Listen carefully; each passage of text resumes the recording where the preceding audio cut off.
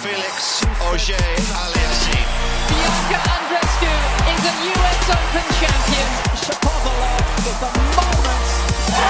Leila Fernandez. It is another performance to remember for the Canadians. Welcome back to another edition of North of the Nets, a Canadian tennis show by The Slice Tennis, presented by PointsBet Canada. Stephen and I are pleased to be joined today by the Athletics' Lukas Weese. Lukas, how you doing today, man? I haven't seen you since the NBO. Taking much vacation, or are you still motoring on? Still motoring on, guys. It's a busy time in the sports calendar. Fall is always busy. Feels like every sport is on right now, including tennis, but really excited to be on the show today. Welcome, man. We're stoked to have you. I feel like you're one of those guys who's like a young staple in the Canadian sports media scene. So we'd be idiots to not have you on by now. You know, you're our first guest on the show. That's right, Brendan. First guest on the show. Let's begin with the core four. Obviously, not the best showing for each of them. Let's start on the women's side. Bianca and Leila. Stephen and I usually do power rankings. I had Leila to win it all, including sprinkling some money via PointsBet Canada, but she went down early to Samsonova, and Bianca went out to Caroline Garcia, who's now in the semis. Let's start with Bianca. What went wrong there? Well, she's running into one of the best opponents left in the tournament right now.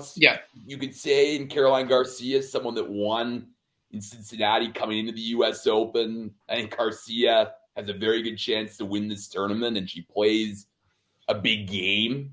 And it's just really tough when Garcia is really hitting her spots and her serve, playing the big game on the ground strokes for someone like Bianca to win. But I was expecting a little bit closer, to be honest with you. I think, when Bianca's playing well, when she has that big game, she can definitely compete with anyone. And it just felt like similar to actually Garcia against Coco Gauff, where Garcia was kind of the dominant player from the start, and it just felt like it was one-way traffic. So, yeah, I mean, for Bianca, again, disappointing, especially since she's a former champion.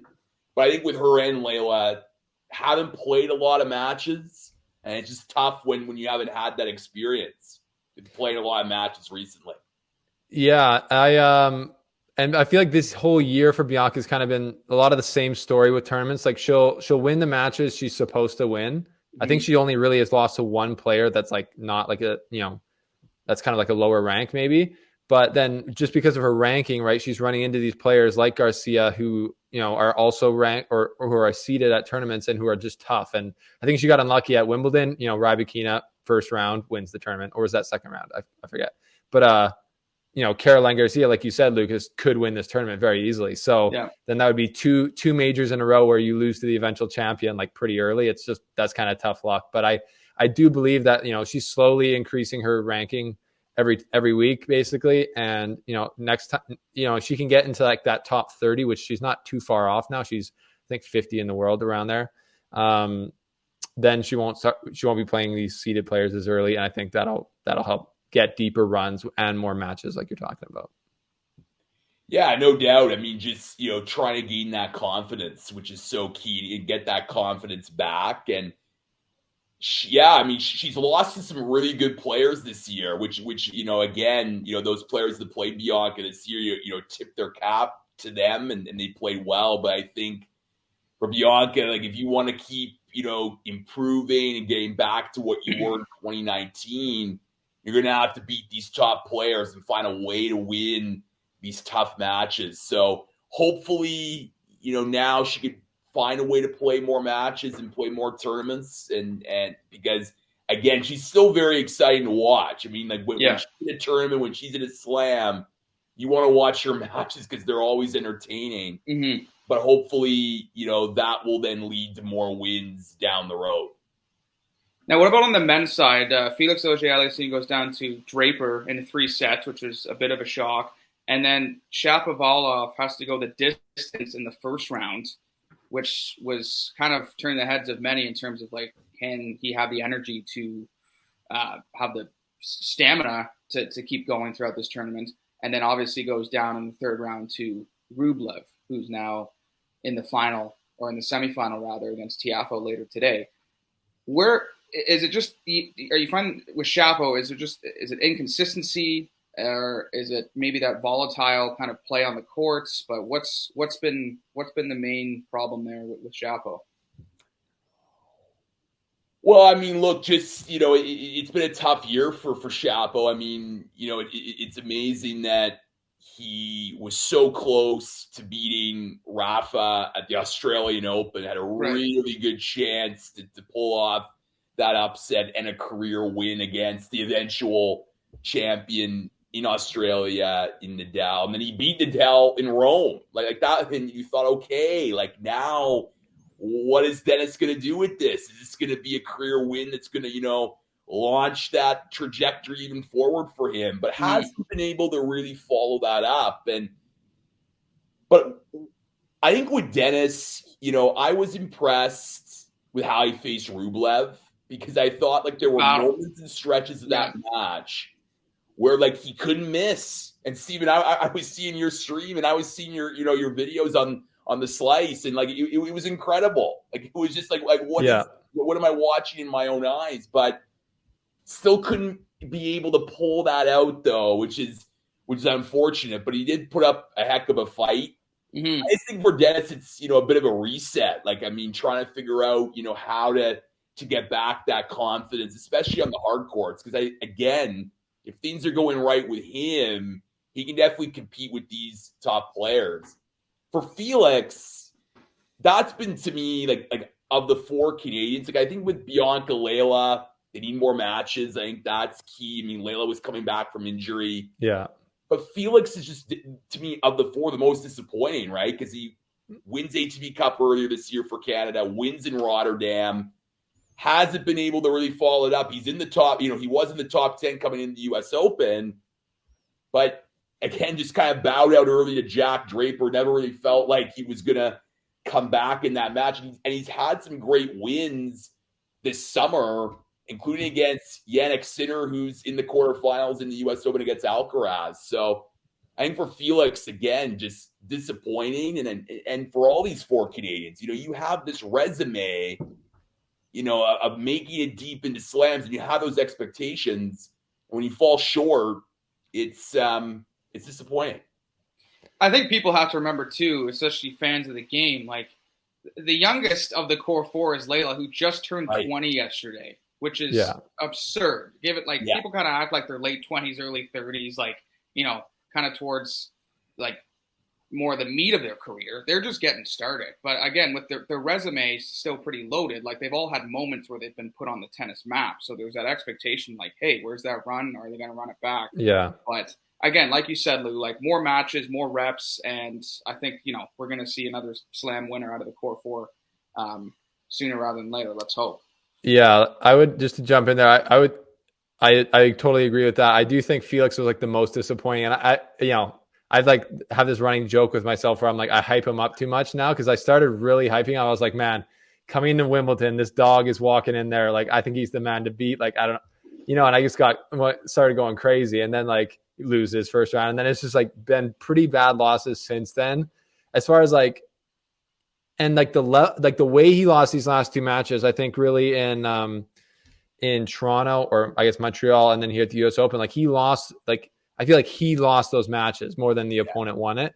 Like he was beating himself bad, and it looked like he was totally locked up, frozen off his own game, right? Like he was kind of missing like the way that we Shapo's not playing a good match. He'll just overplay and miss the whole match. And then like, against Draper, it was a little bit closer. Draper did play very well, but like against Casper Ruud, right? He just couldn't like put a ball on the court. And that's usually that wasn't his like fallback historically. Like he would kind of just like push a bit more historically and then like get like beaten. But so that was a bit concerning, but I think that's just nerves. And like, I don't know, I'm saying the same story every time I make a video. It seems like pressure, no one is immune to it. Like I think Kyrgios lost yesterday because he was like, oh, I'm the favorite now to win the US Open, lose. Like, it's just like, it makes what the big three have done even more crazy, because every single tournament they have pressure to win, right? So like literally, if you're a Federer, Djokovic, or Nadal fan, it's a bad tournament unless they won the tournament. Like it's for the last 15 years, which is crazy, right? So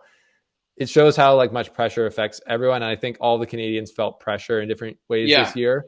And like you said, Brendan, I think the oldest one is 23, maybe not even like 22. So they're still learning that for sure. And it's going to get a lot better for them. I think 2023 Jordan year, it's going to be big for Canada. Yes. I love that. No, I know. I love that. And again, like kind of echoing what Brendan said, like these Canadians are really young. And I think what we've seen with Federer, Nadal, Djokovic, Serena too, like we're we want that, like we want that for other people, right? Because we saw that, and it's like, oh, like why can't other people be like that? But that's not how tennis works. Like those are anomalies, right? Those are it'll be very hard for people to match what those four players did. So every trajectory is very different. But I do think, though, I think you can still think while they are young and it's, still a long career for them, but also admit that it's disappointing because of the resumes that they've amassed thus far. Bianca winning a slam, Layla making a final, Felix and Dennis making a semifinal of the slam. So, look, I still like the investment into Canadian tennis and these big four. I wouldn't sell it just yet. Keep your hold on that. Yeah. But hopefully you're right. Next year going forward, even more success. Yeah. Okay, match of the U.S. Open for both of you. Let's start with Lou. Oh, I got to go Serena Tomljanovic.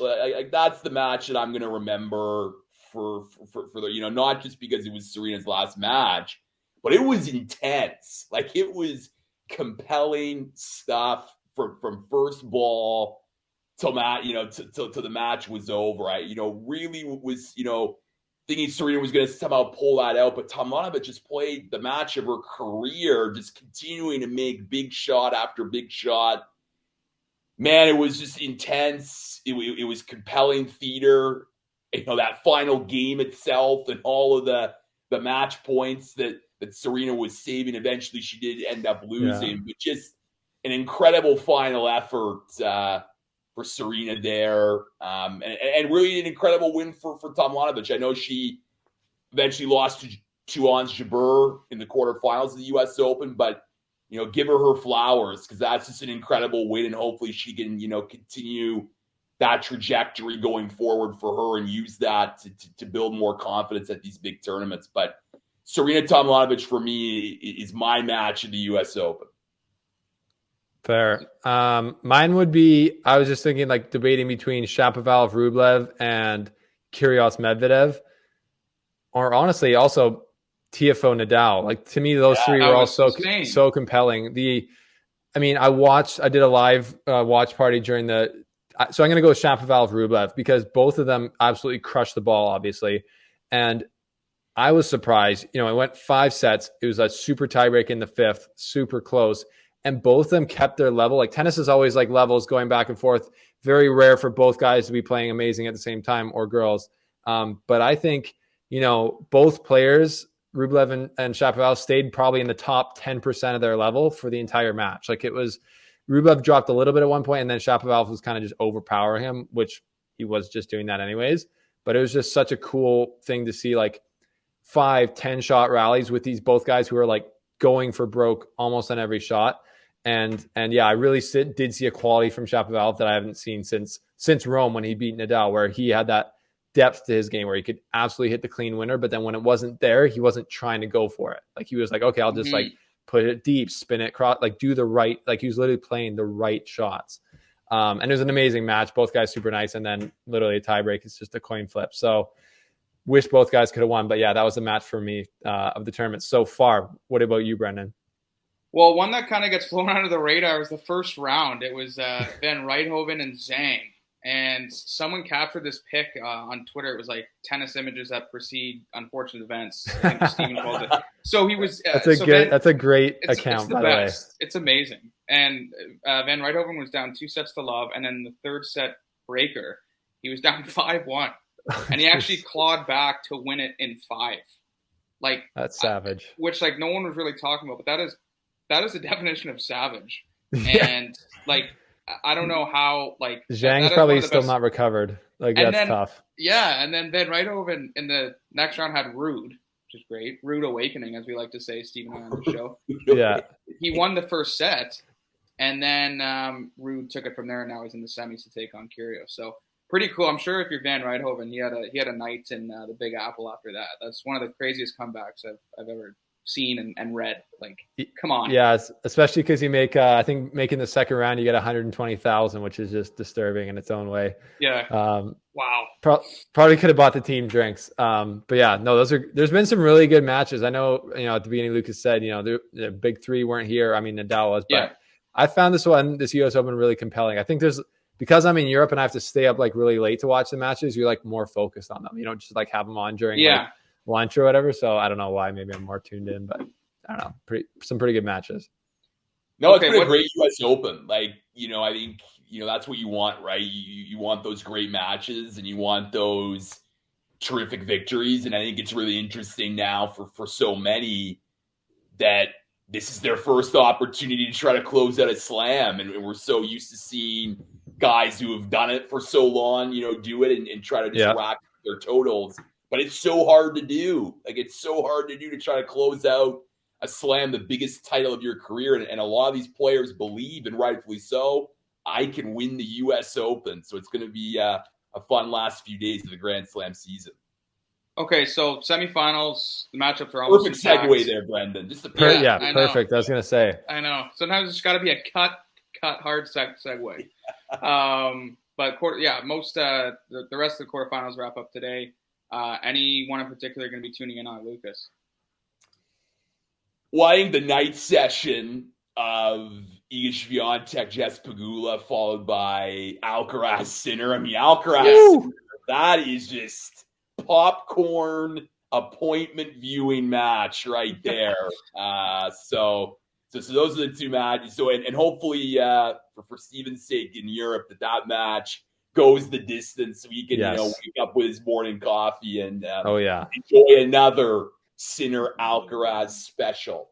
Wait, are you keeping just plain popcorn, or are you throwing on butter and M&Ms there? Oh, a little bit of butter. A little bit of butter is always in the cards for me. Classic. No, the semifinal, quarterfinals, I'm super excited for. I think, like you noted, I'm so excited to see how these young players rise to the occasion of now.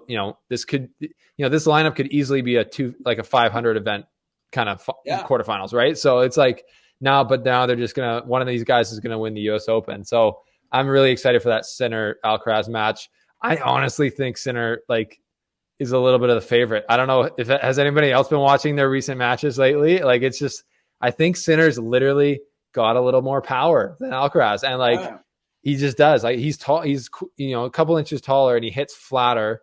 And I think if he's playing well on these courts, that these courts help flat hitting big guys, right? So, and I think Alcaraz is still got a slight edge as far as maybe total game, but 2-0 in the last month, I think some scar tissue would be there. So really looking forward to that quarterfinal. And that's my prediction, I think, is I guess Sinner might pull the upset, which would be super interesting to talk about storylines, because everyone was like, the ATP is basically the church of Carlos Alcaraz for the first 6 months. It was like, he can walk on water. He's the golden boy. He's the next he owns us all. Then Jannik Sinner, who was basically Jannik Sinner, who was that guy 16, 18 months ago. He kind of come back and reminds us all that he's actually a baller and he's a bad man. So we'll see. That's the matchup I'm looking most forward to for sure in the quarterfinals here. All right, our final and most anticipated segments. Not Ace or Fault of the Week. We're switching it up again and doing Tweet of the Week. I'm going to save mine for last. Anything strike you guys on your Twitter scroll in the last week or so? Steven, you want to go first? Sure. I don't have a Tweet of the Week. I'll try and throw something up on a graphic afterwards, but basically I was looking forward to it. So Kyrgios basically had beef through Twitter with Khachanov and with Ruud. Obviously, that Ruud's pretty storied. I don't know if either of you guys have seen that in the past, but it's Kyrgios was always why did these tournaments after Wimbledon exist? These clay tournaments that Ruud kind of won all three last year, and then he won Geneva this year, or Gstaad here where I am this year. And then, Casper went back and forth. And I think, even with Khachanov, they got into it a bit. And Khachanov was like, hey, try reading a book instead of playing all these video games. And then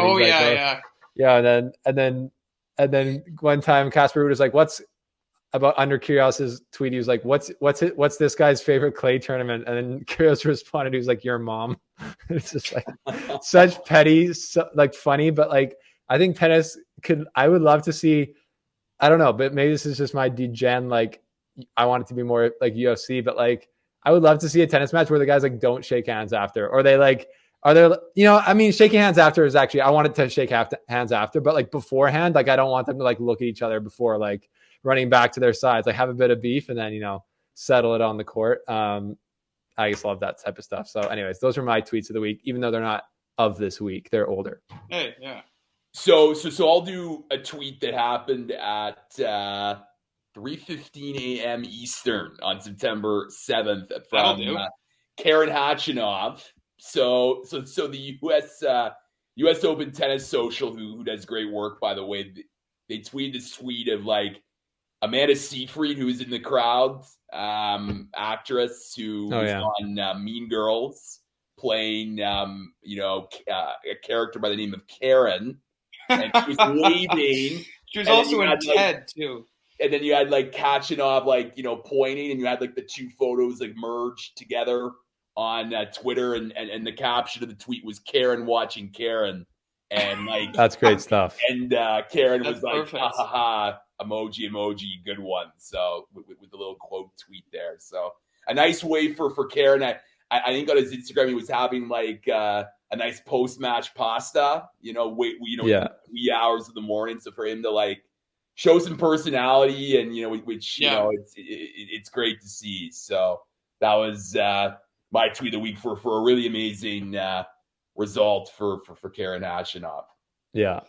Well, mine is regarding Lucas's match of the U.S. Open from Jimmy Traina. ESPN says Serena Williams' loss on Friday night was the most watched tennis match in the history of the network, with 4.8 million viewers. Previous high was 3.9 million for Roger Federer's Wimbledon win in 2012. You want to talk about an athlete who moves the needle? Serena Williams had everybody from Tiger to Zendaya watching her. Spike Lee, I think Russ was there on hand. Yeah. If you're the director, you're probably just section 220, Zendaya, she's eating a hot dog. There's Spike Lee just yucking it up. True. Mike Tyson was there sleeping. Yeah. Also, I found it kind of bizarre. Serena's mom, I guess maybe she saw it and was just I don't know, maybe she could have been joking around, but she was sleeping every time the camera panned to her. It was almost could you imagine your mom doing that at one of your sports games? It's no, it's not good enough for me. When you've won so many slams that your mom doesn't even care anymore. She's just yeah. Maybe last thing, one answer. Who's winning the US Open, men and women? Lucas. Caroline Garcia for the women. Clutch. Carlos Alcaraz for the men. Sheesh. Brendan. I'll go Swiatek, and then I'll go Sinner for the men. I like that. I haven't even thought about this at all. I'm going Garcia because I actually saw that as well. And then I honestly like Sinner as well, dude. And if Sinner beats Alcaraz for the third time in a row, come on.